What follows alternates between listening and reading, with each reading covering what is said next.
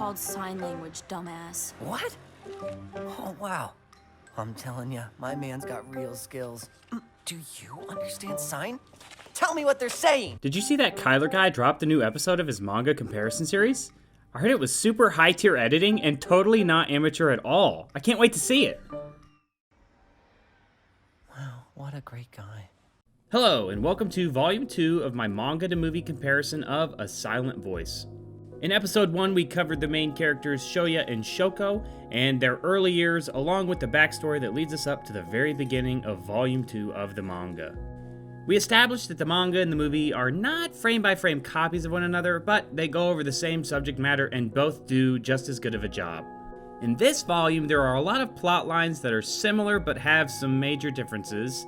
Some of these differences are more impactful than others. The way that I will cover the differences is that I will first establish what happens in the manga, and then I will show how the movies depicts the events that play out. Overall, we end up in the same place in the plot, there's just different routes that are taken to get there. Just a quick reminder before we get into the review that you read manga panels from right to left going up to down, so it's just opposite of American reading. I think that covers everything. Let's get into the review. Volume 2 of the manga begins with Shoya finally meeting Shoko after 5 years from the events in Volume 1. Shoko immediately runs away from Shoya. He chases after her, questioning if he even deserves to meet her in the first place. He suddenly trips and falls on his face. Shoko begins to think, who am I to deserve a second chance to even talk to her again? After a moment, he feels writing in his hand. W-H-Y ? Shoko is leaning down, looking at Shoya, curious as to why he is even there. Shoko picks him up, and after a moment, Shoya pulls out her old communication notebook that he fished out of the fountain. Shoko then signs, "You forgot this." Shoko is flabbergasted that he knows sign language, and asks, "How did you learn?" Shoya says he studied to be able to communicate what he has to say to her. Shoko begins to flip through her notebook, remembering all the horrible things people wrote to her. Shoya realizes that reliving those memories are probably very painful, and starts to pull away from her. This is when he finally reveals his true purpose for meeting her. He pours out his feelings to her about how he really wished they could have communicated properly and both understood each other back 5 years ago. He admits that he hates himself and that he's always been selfish. He wants to finally begin to be a good person and understand Shoko's voice. He wraps up his speech, asking Shoko if they can be friends. Shoko is speechless, and before she can say anything, a classmate from her sign language class reminds her that Tuesday is her day to feed the carp. Shoya is invited to come. Let's take a minute to see what the movie covered from this scene. As soon as Shoya found Shoko, she did run, but quickly she stopped and Shoya was able to give her the notebook.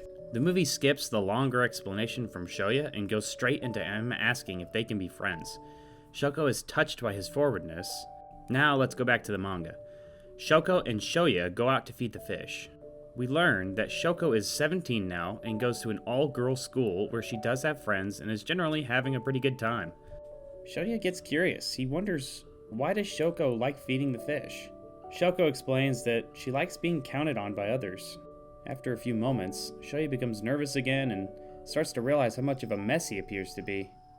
While Shoya is spacing out, Shoko's mom shows up to pick her up after class. Miss Nishimiya recognizes Shoya and begins to drag Shoko away. Shoko is trying to explain that she hasn't finished feeding the fish yet, but Miss Nishimiya doesn't understand her. Shoya speaks out explaining what she's trying to say, but Miss Nishimiya just glares at him. She notices that Shoko's old notebook is there, and in frustration, she throws it into the river. Shoko attempts to catch it, but ends up falling into the river, with Shoya not far behind. After they fall, Shoya checks to make sure Shoko's okay, but realizes she's looking for her notebook. He decides to look as well. Shoya ends up finding the notebook and returns it to Shoko.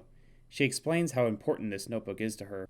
Miss Nishimiya calls for Shoko and comments how she may have ruined another hearing aid.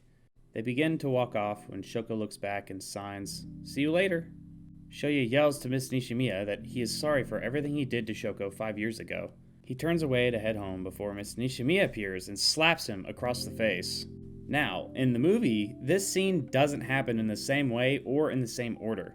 In the movie, this scene is much later, when Shoya meets Shoko for a second time, and Miss Nishimiya is not there at all.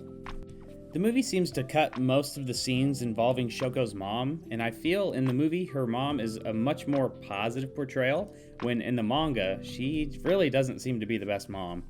Now let's get back to the manga. While walking, Shoya is thinking about what Shoko said to him, "See you later." He wonders if that's an invitation to come back to see her again, or if she was just being polite. He thinks about what Shoko said to him in the river, that the notebook is very important to her, and she vaguely says, "I gave up once before, but now that you brought back my notebook." We assume this means she doesn't want to give up anymore, but what she doesn't want to give up on, we have no idea. Shoya gets home and his mom is overly cheerful and serves him dinner. He thinks that if he had died that day, that he would never have seen his mom smile again. The following morning, Miss Ishida offers Shoya some breakfast and asks if he can borrow the bike for school. Shoya goes to school and thinks about how he'll need to get another job and buy back all his possessions. While eating lunch that day, Shoya notices a kid sitting over by himself, just like him. This scene in the movie is pretty much exactly the same, except for they're in a park rather than in some random staircase. Shoya continues to wonder if he should go back to see Shoko, debating on how he's gonna casually talk to her without getting slapped by her mom. Before he knows it, Tuesday's rolled back around. He then notices a guy trying to steal a boy's bike. Shoya offers his mom's bike instead, not realizing that the guy is trying to steal it. After the guy steals his bike, he wonders if this is a sign that he probably shouldn't go see Shoko. On the walk home, someone offers Shoya a coupon for bread. In the movie, it's slightly different, where he actually is walking home and he finds it on the ground. Shoya takes this as a sign that he has to go see Shoko again. Shoya goes to Shoko's class, where he is stopped at the door by who he thinks is a young boy, but we later find out that it's actually Yuzuru Nishimiya, Shoko's younger sister. He asks, "Is Shoko there?" Yuzuru says Shoko isn't there, even though Shoya can clearly see that Shoko is in the classroom. Yuzuru says that, "Are you even really a friend?" Before Shoya can protest, she tells him again that Shoko isn't there and to go away. Shoya walks home thinking that, are he and Shoko really friends? He begins to debate the philosophy of what it means to be a friend. As he arrives home, he finds Tomohiro Nagatsuka has brought back his bike. Oh, it's a good thing you had your address on it. That's great.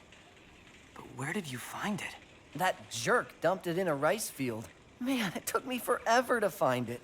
Thank goodness I did. And I found you, too.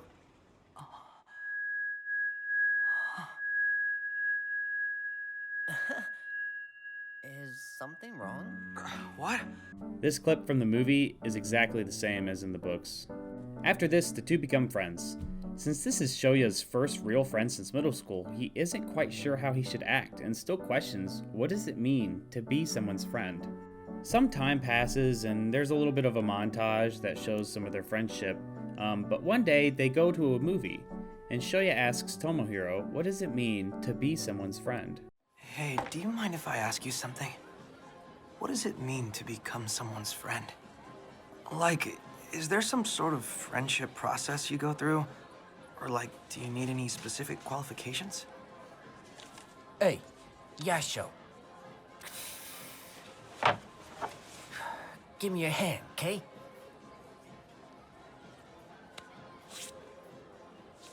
Hey. Huh. Now you and I is friends. It can be as simple as that, see? Tomohiro tries to explain that being a friend is more complicated than just simple logic. In the manga, Shoya has a hypothetical about what if someone doesn't feel they deserve to be friends with someone. Tomohiro explains that he should just tell the girl what he is thinking and he'll get an answer. This next scene is exactly the same in the movie and in the book, and I'll explain the two at the same time. Shoya goes to Shoko's sign language class the following Tuesday to try and see her again. He is stopped again by Yuzuru. After getting the door closed in his face again, Tomohiro appears out of nowhere and hassles Yuzuru. Hey, Miss Shoko, Where did you come from? So stop being so stubborn and go get her! Seriously, what are you even doing here?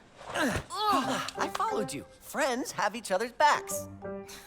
The shitty stalker has his own shitty stalker. Makes you two a load of crap. What? Huh? Yuzuru calls Tomohiro a turd head, and Tomohiro starts to make a scene. During the scuffle, Shoya and Shoko see each other, and Shoya gets nervous and runs off. It must have been someone else. Sorry, buddy. You're on your own. Hey, they're gone! Shoko catches up to Shoya out on the bridge, while Yuzuru and Tomohiro watch from the balcony. Tomohiro notices they're talking a lot with their hands, and Yuzuru explains that they're speaking in sign language. Tomohiro makes Yuzuru translate for him. Who was that loser you were with? I have never seen him before in my life. He was disgusting. Shut up, liar! Right, fine. The truth is, I wasn't sure if it was okay to come see you. For the past 2 weeks, I've been wondering whether you and I could be considered friends. In order to see you, I felt like I needed a good reason. And finally, I found one. Wow, what a great guy. I'm glad you did. I was thinking the exact same thing. It's funny, isn't it? They decide to start feeding the fish to break the tension a little bit. This is where the movie thought it was more appropriate to have the river scene. Shoko tells Shoya thank you for bringing back the notebook when he accidentally knocks it into the river. Huh? Wait, what are you doing? She fell in! No way! What happened? Is Yasha okay? Hey, talk to me, boy! Ah, he went into the river! Why? Shoya comes out of the water with the notebook and takes it to her. Once out of the water, Shoko says bye to Shoya and the scene ends.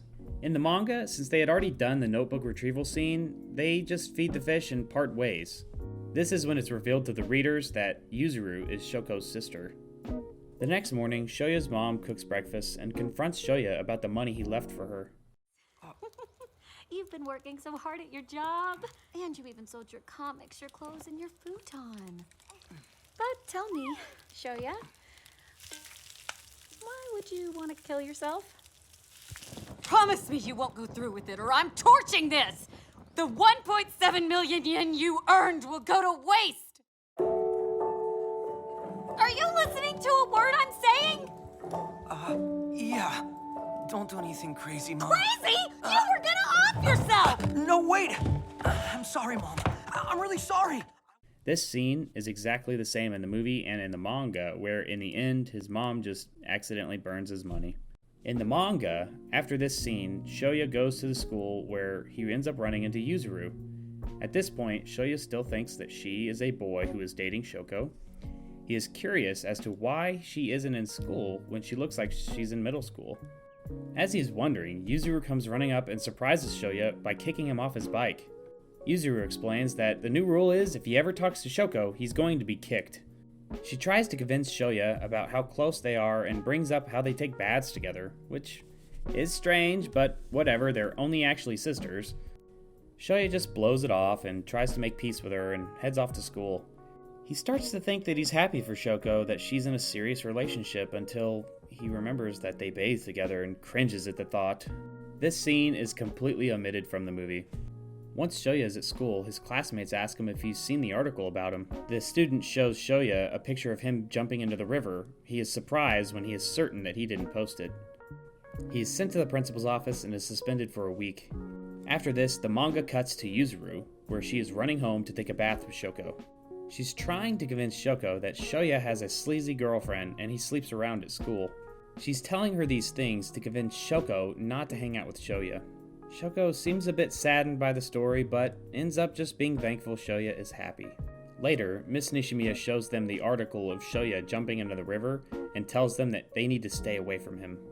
Yuzuru ends up going for a walk that night, and we see several flashbacks. These flashbacks are not in the movie. It turns out that Yuzuru was there when Shoya reunited with Shoko. She is unimpressed that he learned sign language. We then see that Yuzuru was painfully aware of the bullying everyone did to Shoko, but since Shoko never stood up for herself, Yuzuru felt it was her job to fight back. One day, Shoko was searching the river for her hearing aid, and Yuzuru was telling her that she needs to start getting mad. Shoko tells her that getting mad is hard, and Yuzuru can't understand why that is. She also notices that Shoko's only defense mechanism is to smile back when she's being harassed. Yuzuru explains that she's never once seen Shoko be angry at anyone or anything. While Shoko is still searching the river, Yuzuru starts getting harassed by Shoko's bullies.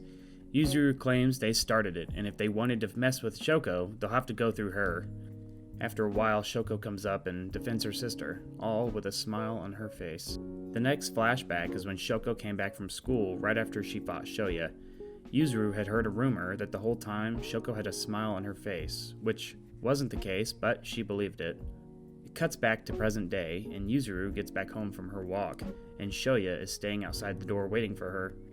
She confronts Yuzuru after she realizes that she was the one that framed Shoya for jumping in the river and getting him suspended. Yuzuru confidently admits that she did it. Then, all of a sudden, Shoko pushes her against the wall. This is the first time Yuzuru has ever seen Shoko be angry. She is confused as to why the first time she ever sees Shoko mad is because of something she did to Shoya. This ticks Yuzuru off, and Shoko is already telling her off in sign language. I don't know much sign language, but I do know that this sign means you're an asshole. Shoko eventually tells her to go apologize to Shoya. Yuzuru's feelings are hurt after what Shoko says to her, because, in the end, all she was trying to do was to protect her big sister. Yuzuru storms off. This entire sequence is cut from the movie, but is implied to have happened, as you will see in a little bit. The manga and the movie meet back up when Shoya is writing his suspension essay, and his sister asks, Think you could pick up Maria for me? Well, I'm not supposed to leave the house while I'm still suspended. Oh, come on, it'll only take a second. Your life-saving. Thanks. Wait! Really? We then see Shoya and Maria at a park when Maria all of a sudden says she's found something weird. Shosho! There's somebody in there!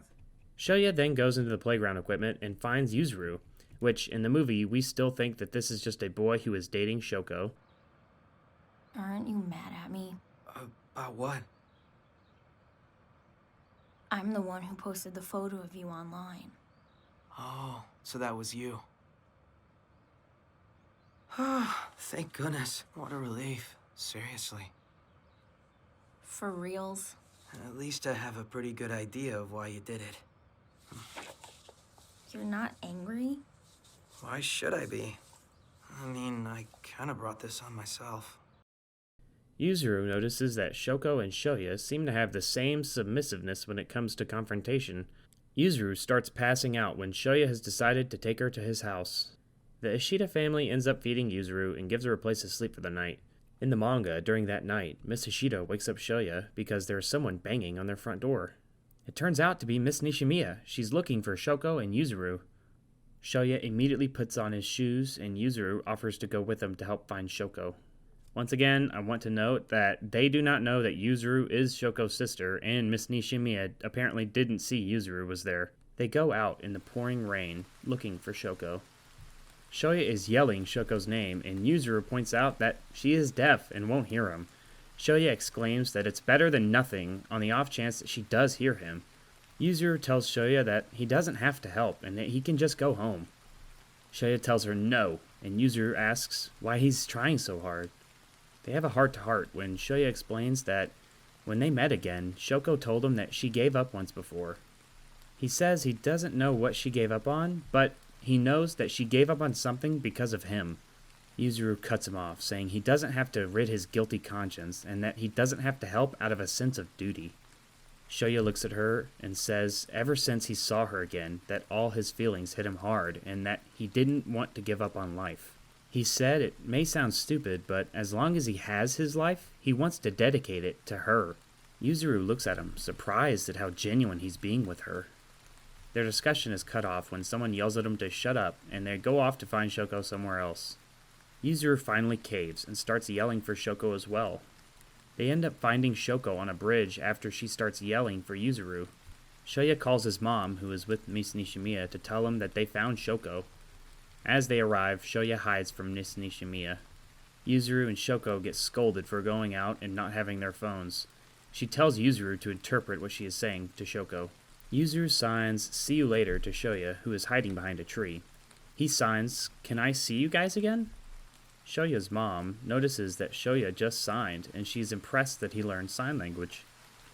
Miss Nishimiya ends up finding Shoya. She looks at him for a moment when, without saying anything, she hands him an umbrella. As the girls walk away, Miss Nishimiya stops and tells Shoya, "You can't erase the pain you caused her." Shoya yells, "Yes, ma'am," in response. This entire sequence in the manga is replaced in the movie with a similar but less impactful scene. In the movie, Yuzuru stays the night just like in the manga, but she ends up leaving in the middle of the night. She walks out in the rain without even shoes on, when Shoya ends up coming after her with an umbrella. Shoya ends up giving her his old shoes and helps walk her back home. They end up talking for a bit before Yuzuru cuts to the chase. Seriously? Just who do you think you are? I see through your act. Huh? What are we? A couple of strays? You doing this to feel better about yourself? Must be extra amusing to you because she's deaf, right? Yeah. You even went to the trouble to learn how to sign. Big deal. You think that suddenly makes you a hero or something? I still can't stand you. I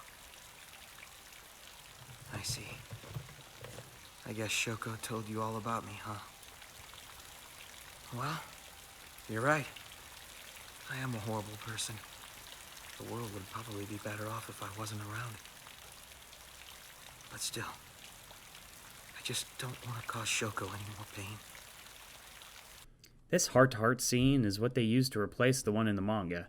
I do prefer the one in the manga. I feel it has a lot more emotion between Shoya and Yuzuru than what we see in the movie. Shoya and Yuzuru end up walking home together, and Yuzuru reveals to him, I'm actually Shoko's. Know what I mean?